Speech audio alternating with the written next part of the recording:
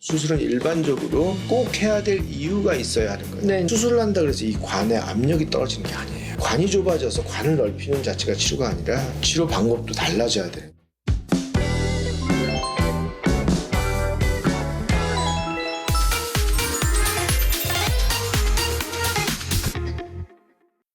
안녕하세요. 의사들과 대화하는 여자 의대녀 이진입니다. 오늘도 통증 박사 안강 원장님과 함께 통증에서 벗어나는 방법 알아볼게요. 안녕하세요. 안녕하세요.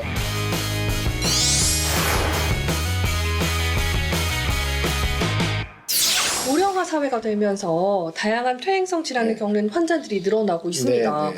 오늘은 퇴행성 질환 중에 하나인 척추 협착증에 관한 이야기 나눠보도록 할 텐데요. 이게 나이 들면 피할 수 없는 질환이라고 하던데 정말 그런가요? 이게 이제 척추협착증이 뭐냐라는 거가 이제 재밌는 얘기죠. 네. 척추협착증이 대부분의 사람들이 척추관이 좁아진 게 척추협착증이라고 생각하잖아요. 네네. 이제 일반적으로 관절이 이제 허리가 흔들리잖아요. 네네. 불안정하게 되면 관절이 막 커져요. 예. 이게 보세요. 이게 이렇게 흔들리면 이걸 잡고 있는 관절이 있어요. 네. 이 관절이 이렇게 잡고 있다고 봐봐요. 그러면 이게 이렇게 흔들리면 이 관절들이 부딪히면서 자꾸 마모되고 퇴화되고 하는 건데 그게 계속 반복되고 이게 이제 쉽게 말해 신경 지배도 안 좋고 주위의 환경이 안 좋으면 얘가 점점 뼈는 무조건 손상되면 두꺼워지거든요. 그러니까 이렇게 커지겠죠. 그러면서 이게 커지면서 관이 좁아지는 거. 이건 사진으로 보는 협착이에요. 해부학적 협착이고요. 네. 실제로 그렇게 해서 사진으로 관이 좁아져 있다라고 하는 거가 이렇게 느껴질 정도로 이렇게 관이 좁아지는 거. 관이 이렇게 뒤에는 관절이 점점 커져서 관이 좁아지는 거예요. 근데 의미가 별로 없다. 그래서 그 관이 좁아지는 자체가 통계적으로 크게 상황이가 많지 않기 때문에 척추협착증에 대해서 다시 분류를 해야 된다 이런 노력이 많아요. 그래서 그 노력들이 이제 대표적인 게 뭐냐면은 척추 앞에 이 뇌 척수액이 지나가는 부위가 있어요. 그 부위가 얼마나 좁아졌냐. 두 번째 안에 이제 신경들이 내려가면서 이제 점처럼 보이거든요. 네. 그 점이 선명하냐, 아니면 뿌여가지고 돼 있냐, 아니면 이게 엉겨 붙어 있냐, 이런 것들. 네. 그 다음에 이제 그런 것들이 자기가 있어야 될 위치에 있어야 되는데 그게 막 여기저기 분산돼 있고, 예를 들어서 척추 신경이 5번 신경이 내려가는 위치는 여기인데 이게 위로 올라갔다든가 뭐 가운데로 묻혔다든가 이런 것들이 있느냐, 이런 형태.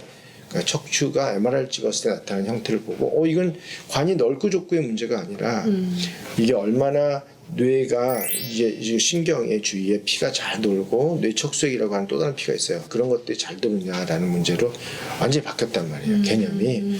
그러니까 이제 관이 좁아져서 관을 넓히는 자체가 치료가 아니라 치료 방법도 달라져야 돼요. 예를 들자면 관이 좁았다고 옛날에 생각할 때는 관을 넓히고, 관을 넓히면 아까 관절이 커졌다 그랬죠. 관절 깎아냈잖아요.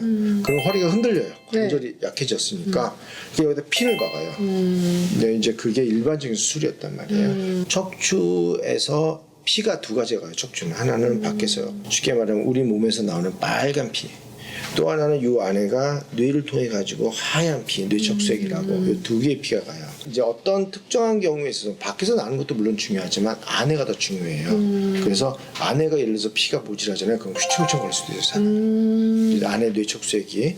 그래서 다리에 힘 빠지는 거는 안에하고 더 중요한 의미가 있어요. 네, 실제로 네. 그럴 수가 있어요. 그래서 아픈 거는 박해하고 의미가 있지만 그래서 둘 다 물론 중요해요.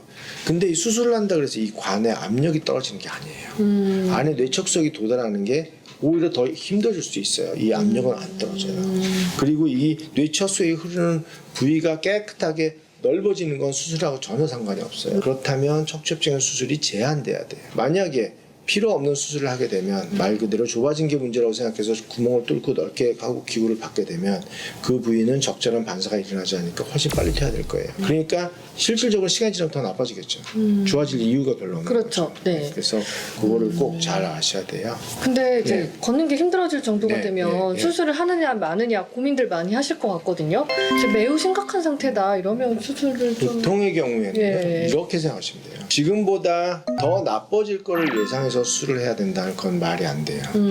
통계적으로 지금 척추협착증은 서서히 진행된 거고 거기에 우리 몸이 적응하기 때문에 네. 그게 지금 갑자기 확 나빠질 거니까 당신 지금 수술해야 돼. 안 그러면 당신 못 걸어. 이런 거는 거의 안 일어나요. 그렇기 때문에 꼭 그런 게 일어나려면 신경학적 증상이 이렇게 있어야 되거든요. 그렇기 때문에 그걸 예상해서 수술하는 건 잘못됐다라고 일반적으로 얘기를 하는 거예요. 이건 제 얘기가 아니라 네. 어느 특정 저널의 얘기가 아니라 일반적인 얘기입니다. 네. 그러면 응급 상황이 아니라면 이제 수술을 최대한 미루고 다른 방안을 찾아보는 게 수술을 할 때 예. 응급 상황이 될 게 있어요. 예를 들어서 코다 이퀴나 신드롬이라고 해가지고 뭘까요? 소변, 대변 이런 게 문제가 돼요. 항문이 너무 이야기인데요? 조여가지고 네, 예.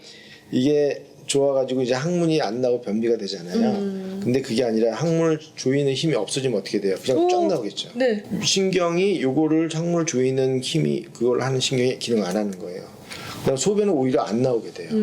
이거는 이게 소변을 열지를 못하니까 방광에서 고이게 돼요. 그러니까 오줌을 못 누거나 똥을 가리지 못하면 그거는 이제 어느 신경부터 아래가 확 마비가 된 거예요. 근데 그런 경우는 상당히 드물어요. 만약 그런 경우가 없다 그러면 48시간 내에 반드시 수술해야 됩니다. 안 그러면 아예 못 써요. 밑에. 아이고 그렇군요. 네. 그래서 그러면 네. 이제 어떤 경우 수술하면 절대 안 되는지 이걸 여쭤봐도 괜찮을까요? 그러니까 이제 어떤 경우 수술하면 안 된다. 수술은 일반적으로 꼭 해야 될 이유가 있어야 하는 거예요. 네네. 그래서 그게 핵심이에요.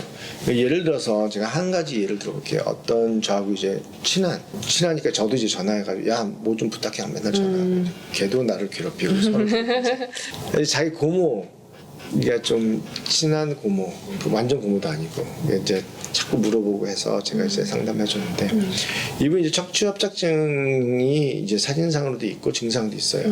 오른쪽 다리 저림이 원래 왼쪽이 심했어요. 다리 저림이 심하고 잘 걸치지 못했어요.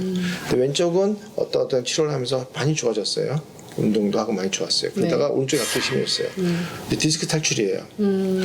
근데 진짜 디스크 탈출이에요. 나이 들어서가 아니라 진짜 디스크가 빵 누르는 거예요. 그럼 제 생각엔 그 디스크만 딱 걷어내었어야 되는데 관이 다 좁는다고 그냥 관을 다 열고 아이고. 기구를 딱 박았습니다. 근데 오랫동안 또 수술하고 나면 한 2, 3개월 또 잘 못 움직이니까 제가 딱 보니까 앞에 근육이 쫙 빠지더라고요. 일단 그러면 걷는 힘이 없어지니까 삶이 안 걸려고 그랬죠. 그리고 한 6개월 좀 지난 다음에 왼쪽이 다시 아픈 거예요. 아이고. 척추 관련해서. 네네. 어쨌든 왼쪽이든 오른쪽은 이제 번갈아 가면서 아프겠죠. 그리고 다리 힘은 점점 빠져요. 수술은 잘 됐을지 모르지만 삶의 질은 떨어진 거죠.